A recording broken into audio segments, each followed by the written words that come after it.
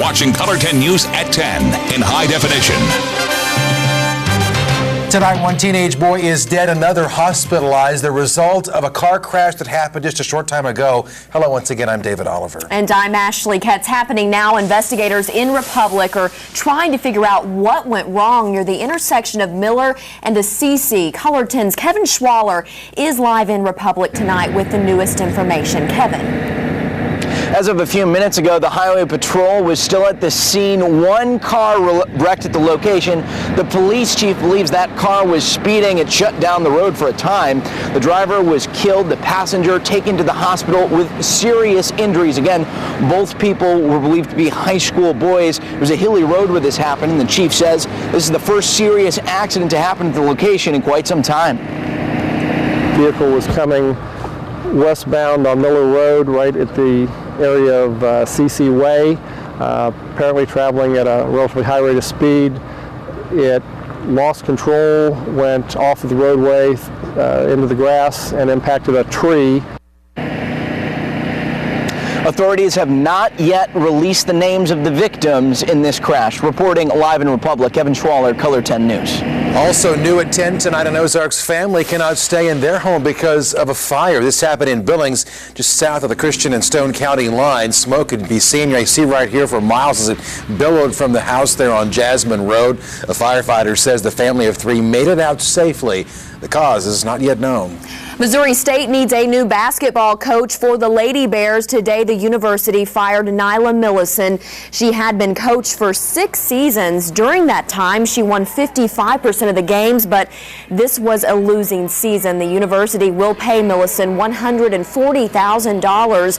And coming up in sports, find out what the athletic director said was one of the biggest factors in his decision that went beyond wins and losses. Jamie Waters in our weather lab tonight, tracking some big changes that may not be real welcome later this week.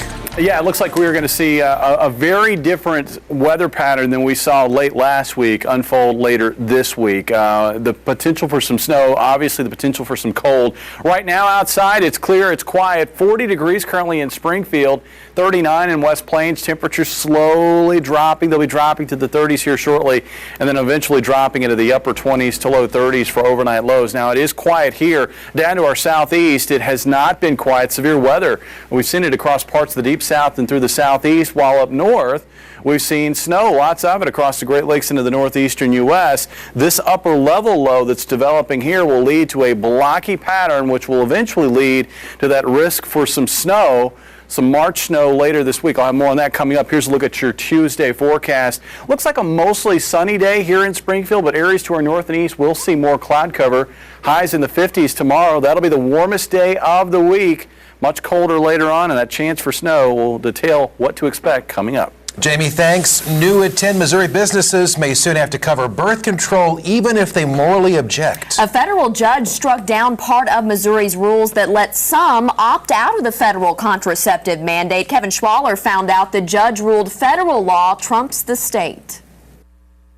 We help babies. We help people that are 95, 100. Susan Harrelson is the co-owner of Premier Home Healthcare, and she believes the healthcare law will not exempt her from the requirement to offer contraceptives for women through its healthcare plans with no copay. I am a Christian individual, and I don't, believe that a business should be forced by the federal government or the state government to provide anything. The state law let employers with moral, ethical, or religious beliefs or tenets get insurance plans without contraceptive coverage.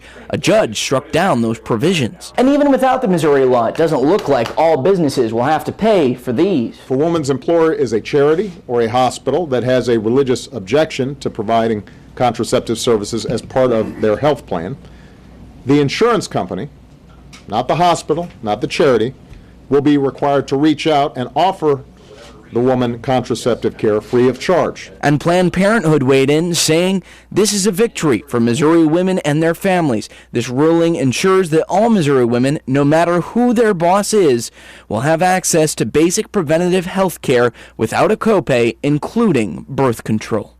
Missouri's Republican-led legislature overrode the governor's veto to pass the law. The federal contraception mandate is still facing challenges in court.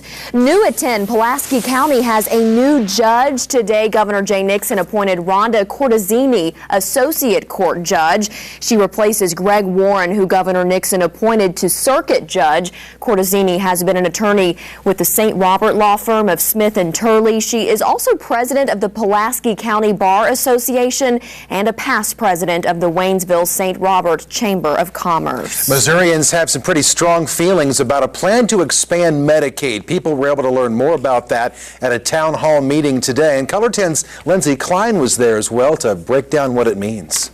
A lot of times I needed to see a doctor, but I just couldn't afford to go. Ron Martin is retired and knows what it's like to not be able to afford a visit to the doctor. There was a time recently when he was without any kind of health coverage. A lot of people get the wrong idea. I think they're thinking that people out there that are on Medicaid are lazy or don't work, and that's not true. The proposed Medicaid expansion would provide coverage to Missourians, making up to 138% of the federal poverty level. That's more than 300,000 people. Right now, it doesn't look like it's going to happen. Representative Jeff Messenger says Republican leaders want to make sure they're making the right choices concerning Medicaid expansion. We can engage in that at any time we want to within this 3-year period, and I think we want to take the position to see exactly what it's going to amount to, what is really going to happen. Messenger believes Missouri's leaders can figure out something to improve the state's medical system without relying on the federal government. It's not a position of whether we don't really want to provide better coverage for the people that need it. It's that whether or not we can sustain that coverage, because we're not sure that the federal government will live up to their part of the bargain because it's borrowed money. The Family Medical Walk-In Clinic here in Springfield is always open for Medicaid patients. We accept it now. Staff there say they're seeing more and more people uninsured. The insurance premiums increase, double digits usually every year. So more people are going without insurance. All right, that was Lindsey Klein reporting. The proposed Medicaid expansion, by the way, has already received support from, of course, Governor Jay Nixon, as well as some chambers of commerce across the state and the Missouri Hospital Association. Today's meeting was one of 4 organized by Representative Jeff Messenger to discuss health care. In tonight's political coverage, Arkansas's governor wants more information from the Attorney General before deciding whether to veto a voter ID bill. First, it's still has to pass the Senate. The state's House of Representatives passed that bill last week, but senators are still trying to decide if that voter ID requires a 2/3 majority or a simple majority. That's because changes to the Constitution require 2/3. The House voted that the bill only needed a simple majority. It's a process that people don't like about politics. I mean, they want straight up and down votes. They want straight words, a fair word or a fair fight. And, this is getting to the point where it's just a political stunt. The Senate referred to the matter to its Rules Committee, which plans to consider the objection tomorrow. Well, MoDOT wants you to help be a part of its pothole patrol. The agency asks that if you see a pothole, give them a call. This is the time of year, of course, when potholes appear because of our changing weather from colder to warmer temperatures. There are 3 ways you can contact MoDOT: phone, email, and the MoDOT website. We've got all those links set up for you on our website. Just find this story on OzarksFirst.com. Gas prices are a bit cheaper than last week. The website MissouriGasPrices.com reporting tonight that the statewide average is $3.52 a gallon. It's even cheaper in Springfield, around $3.45. In some places, $3.44 tonight. And the national average is $3.65. A man is charged with leaving the scene of a fatal accident. Prosecutors say last July, Deshaun McCrimmons hit and killed Christina Rumpel at Chestnut Expressway in Boonville. She had just been released from jail. Court records show McCrimmons admitted he accidentally hit Rumpel when she stepped out in front of him, and then he took off. Meanwhile, people driving over on the west side of Springfield may have had a bit of a delay today because a beer truck spilled its load there. Here's the photo taken by Color 10's Aaron Nolan as he was driving west on Republic over at South Campbell. A door opened there on a Coors Light beer truck. Bottles of beer flew off into the street. as the driver made the turn there. Quite the mess. Lots of folks sharing this on Facebook and making some rather interesting comments about what they might do with all that beer spilled on the road there. Funny. So if you're bored later, check out the Color 10 Facebook page. Well, still to come here at 10, the latest study on mammograms gives different recommendations for older women. It says having one every year is not necessary. I would say do it once a year and be safer. The pros and cons of annual screenings and what the American Cancer Society thinks of the new study. I mentioned our Facebook page. You can find the link to that through ozarksfirst.com. Once you get to the Facebook page, just click the like button there too.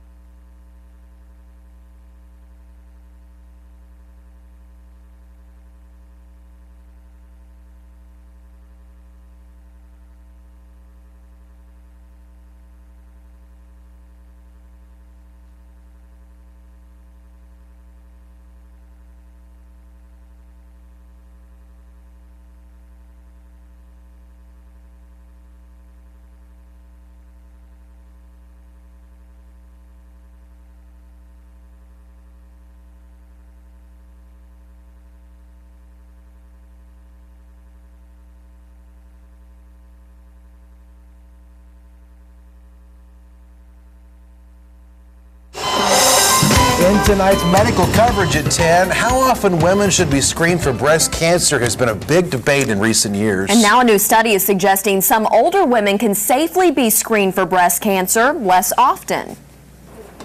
Marcia Anderson was 63 when her annual mammogram picked up early breast cancer.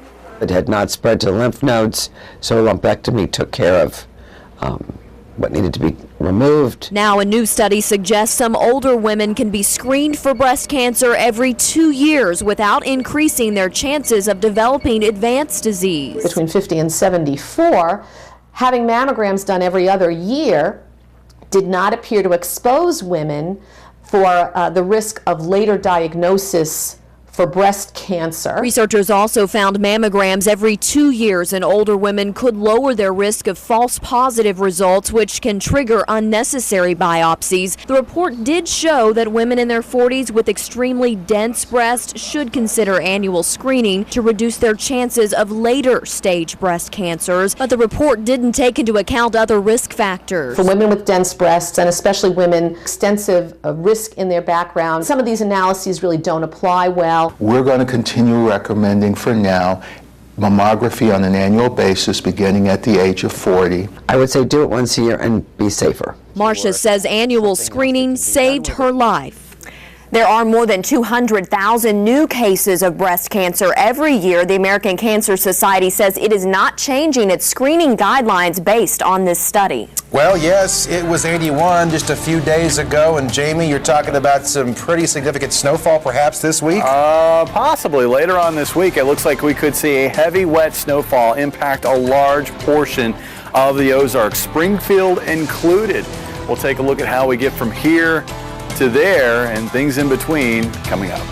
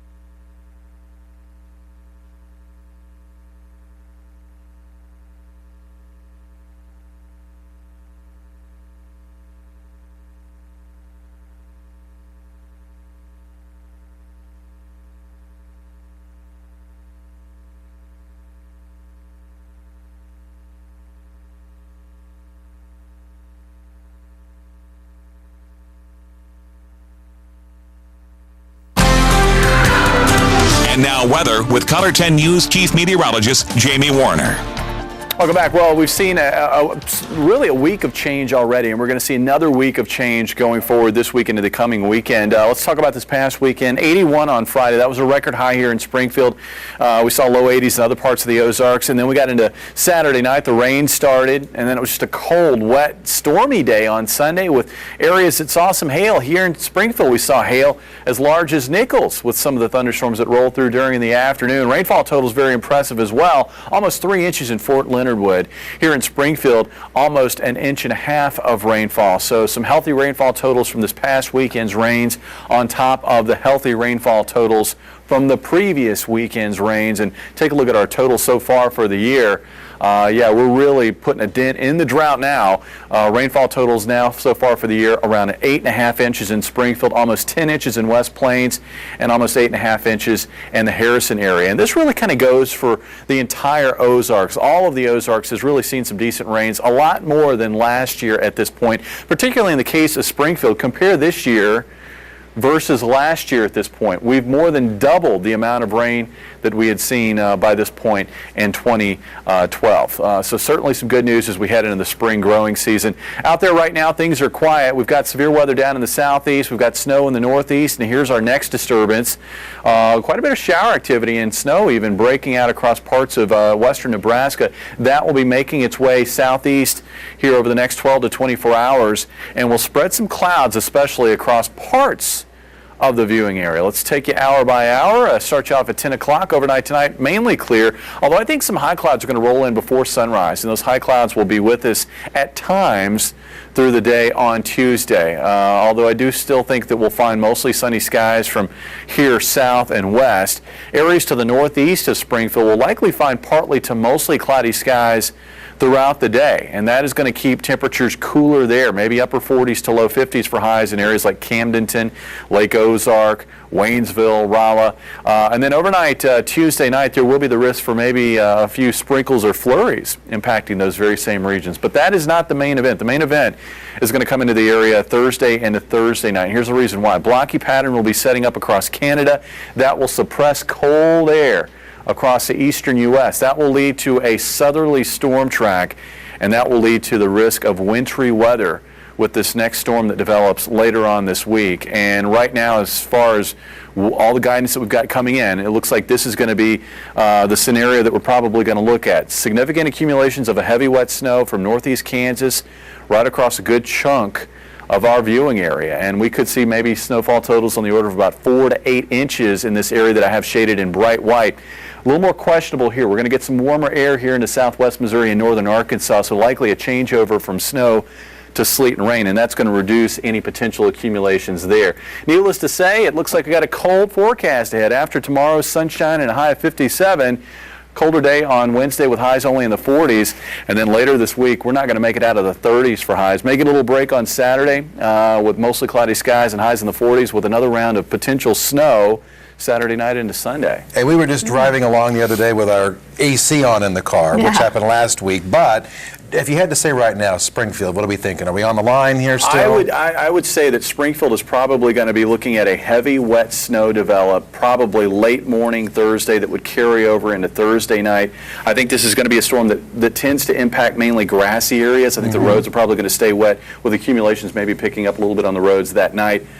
I would say maybe a 3 to 6 inch snowfall for Springfield. Putting you on the spot there, I realize, and we're still obviously a little ways out. Some time to look at it. Right now, I think probably 3 to 6 inches. Wow. Okay. Thanks, Jamie. The program has a perception. I think that perception has been tarnished a little bit. Missouri State fires Lady Bears coach Nyla Millison. Dan Lucy has all the details on that, plus your reaction to her dismissal in timeout.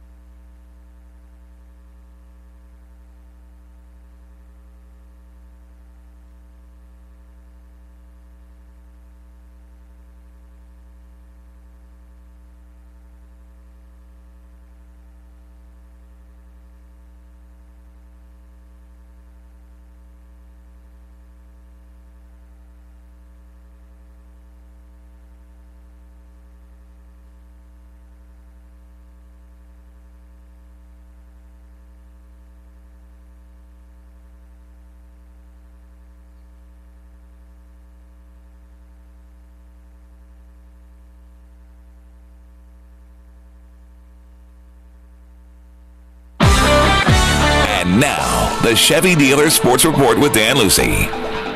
It's been decades since the Missouri State Lady Bears have made noise in the NCAA tournament. That and a declining season ticket base prompted a change at the top of the Lady Bears program. Color 10's Nick Carboni has the details.